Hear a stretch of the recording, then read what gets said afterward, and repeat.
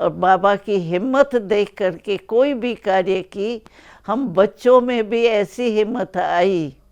जो कोई भी कुछ कहता था ना, हम बेफिक्र रहते थे। हम कहते हमारा बाबा हमारे साथ है, हमको कोई फिक्र नहीं है, कोई परवाह नहीं है।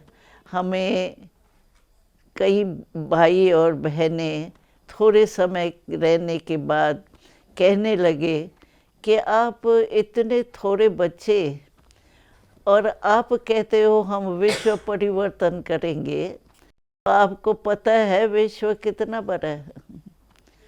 तो हमने कहा हमने नक्शा तो नहीं देखा है विश्व का, इंडिया का ही देखा है, लेकिन हमें निश्चय है कि हम विश्व परिवर्तक, भगवान ने मुझे कहा है तुमको विश्व परिवर्तन करना है, बस मुझे करना ही है।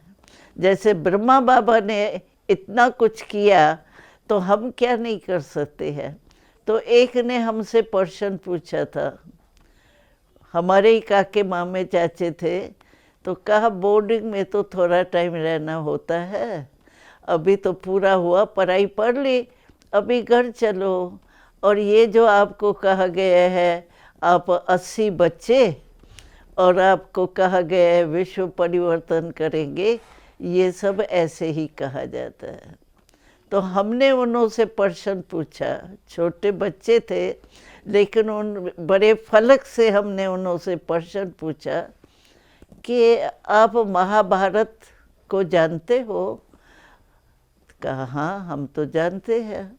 अच्छा मानते भी हैं? कहा हाँ, ये तो हिंदुओं के शास्त्र है, उसको कैसे नहीं मानेंगे। तो हमने उन्हों से पूछा कि महाभारत जो है उसमें क्या दिखलाते हैं? अख्यूनी सेना कौरवों की थी, लेकिन जीत किसकी हुई? तो कहा पांडवों की। हमने पूछा पांडव कितने थे? कहा 5। हमने कहा तो जब 5 पांडव थे और परमात्मा साथ था तो 5 ने विजय प्राप्त कर ली और हम 80 है, तो हमारे लिए तो और भी विश्व चाहिए। तो वो चुप हो गए, कैसे कहे कि महाभारत रंग है।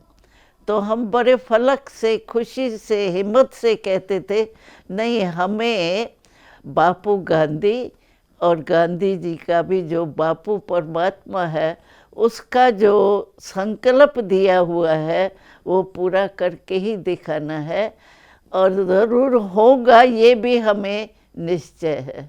तो बाबा जो भी कुछ बोलते थे इतने फलक और निश्चय के नशे से बोलते थे, तो हमारे में भी वो ईश्वरी नशा, निश्चय का नशा, और बिल्कुल बेफिक्र ऐसे रहते थे, कोई फिक्र नहीं।